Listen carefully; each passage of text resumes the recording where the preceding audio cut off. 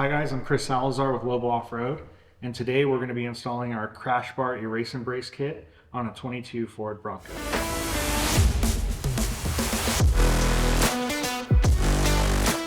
Included in the kit is our outer brackets, inner brackets, replacement nut plates and nylock nuts for the bumper, as well as the needed hardware to sandwich the frame with our crash bar kit.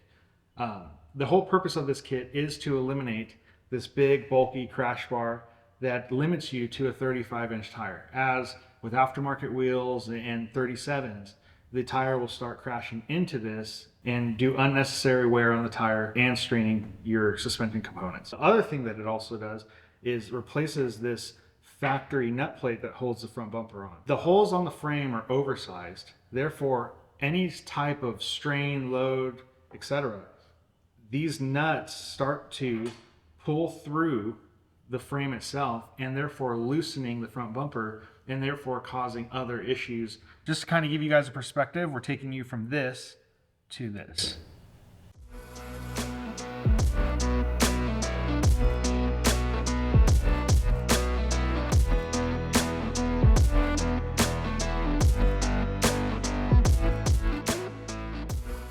So step one is going to be to remove the bumper as well as the skid plate. So step two would be to remove the 18mm head bolt that's holding the core support to the body mount.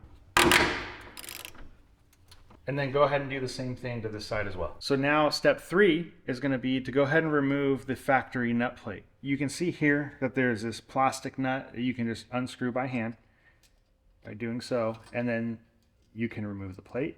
After you remove the outer nut, there's one on the inside of the frame as well. While we're here, you can also see how these nuts were actually getting sucked through the frame like we discussed in the very beginning of releasing the product. As these nuts over time have any stress or load pulling them, you can see how it just deforms the material and then it actually loosens the bumper and causes further issues. So now that we have the hardware for the core support / body mounts removed, as well as the nut plates removed, we're going to go ahead and take this Pro Eagle jack and slide it behind the cross member and then jack up the core support. We're just lightly applying pressure just to get the weight off the crash bar / body mounts.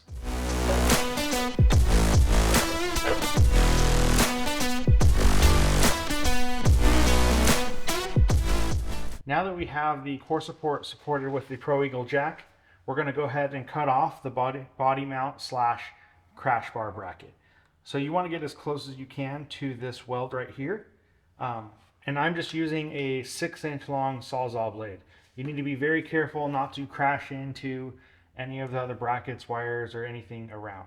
So I'm going to start off with the shorter blade, and then if I need to, after the line is already started, I will go get a longer blade.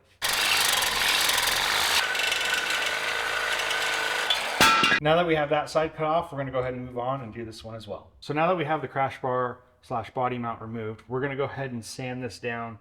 You don't have to go all the way, but I would sand it at least halfway to the weld, but I would leave the weld there. And then go ahead and after you clean it up and deburr it, go ahead and spray a little bit of black spray paint and let it dry, and then you're ready to install.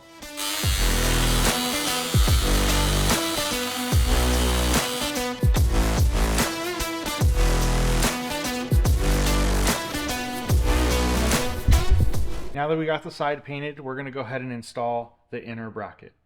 Before installing the inner bracket, what I recommend, if you're not going to pull the intercooler itself or this shroud, is to at least loosen this bolt, as the threads on this bolt are long and they're going to get caught on this top half of the bracket when you're trying to put it in place.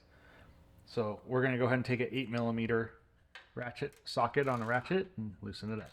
Now that that bolt is loose, we're going to go ahead and install this bracket. You can slide it in between the intercooler and the frame rail. And then go ahead and lift up. And then now there's the threaded stud that's welded on the back side of this frame horn that you took the plastic nut off. You're going to go ahead and slide the inner bracket over. Now that we have the inner bracket in place, we're going to go ahead and install the bushings, the body mount bushings that we pulled out of the old body mount / crash bar. So go ahead and stick this in this slot, and then go ahead and take this one with this little extra lip that's going to register within the top of the bracket.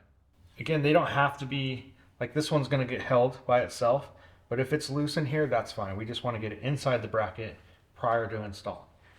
So now we're going to take this bracket, go like this, slip over the stud that was holding the old nut plate, and then go ahead and take some of the bolts that we provided and stick it in the existing hole. One thing we do want to mention is if the holes do not line up because you have to compress the body mount too much, go ahead and give the jack another pump or so to lift the core support in order to line up the holes.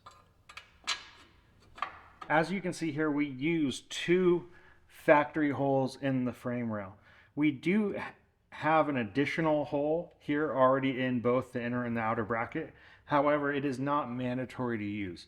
We have not had any issues or any sign that we do need this additional hole used. Now that we have this bracket held in place by the 2 mounting bolts, go ahead and put the nylocks that we provide on the inside and tighten it down. So now that I have the nut plates in hand, obviously we take the 2 nut plate and we'll install it on the inside over the stud that you took off the plastic nut. You'll install this and fasten it down with the provided 6mm nylock. One thing I do want to mention is the outer one. If you see, this is slightly clocked this way versus being straight on. That is because the stud is slightly in to the hole provided here for the bumper to attach to. So make sure when you're mounting these that the nut is going on the outside of the slot. After installing the bracket with the nut, you're going to go ahead and line up the threads of the nut with the hole, and then go ahead and suck all the brackets to the back of the frame horn. There is adjustments with the slots that you saw in order to move the nuts up and down so that you guys can move your bumper up or down, or any adjustment needed.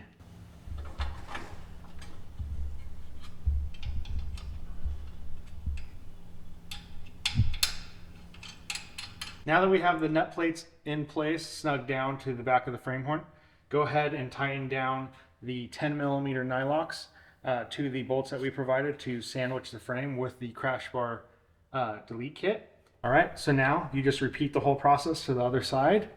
After that's done, go ahead and let the jack down to let the core support rest on the body mount. And then you move on to putting the body bolt in, make sure to red Loctite it, as well as torque it down to 70 foot-pounds. Another thing is, do not forget to re-tighten these bolts on the top.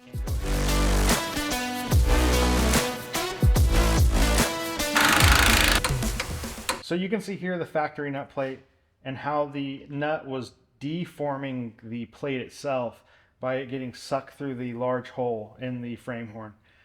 As you can see close up, you can see how the bracket actually cuts the overall width in half to, in a sense, taper down to the actual bolt size itself. Therefore, as that nut is trying to get pulled, it's going to a larger plate that has more surface area pulling against the frame horn, preventing any future damage and so on. I hope you guys enjoyed it. Thank you guys for watching.